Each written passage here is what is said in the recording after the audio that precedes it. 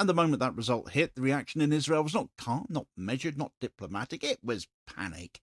Netanyahu flapping because Mamdani said ICC warrants should apply to everyone. Itamar Ben-Gvir, a man with a documented conviction for incitement, called the election a disgrace. Meanwhile, the likes of Jewish Voice for Peace, If Not Now, and Jews for Racial and Economic Justice, the JFREJ, had been openly campaigning for Mamdani in full daylight. They weren't crying in Tel Aviv because New York changed. They were crying because the narrative did, and it's finally turned against them in NYC. Right, so New York didn't just elect a mayor, it broke a story that was never supposed to break. Zohra Mamdani won, emphatically at that, and cleanly too. There's been no dispute, no recount theatre, no quiet backroom reassurance to the people who usually get reassured. And here's the thing that matters. He won exactly as he is. No distancing, no coded language, no, of course I support Israel's security and all of that kind of throat clearing.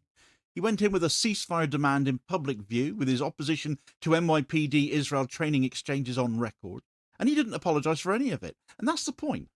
There was no retreat.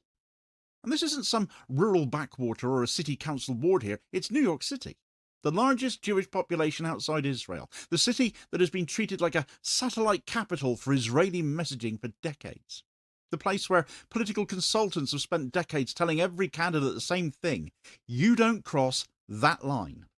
And Mamdani crossed it, stepped over it like it wasn't even there, and the city voted him in anyway. This wasn't a boutique left coalition. It wasn't a grad seminar activist bloc. This was tenants' unions, nurses, subway riders, restaurant workers, people paying rent to hedge funds, people being policed like a problem instead of a public. It was the class that actually lives in the city, not the class that owns pieces of it. And that class did not flinch when the smear started. Because let's be clear, the smear was the test.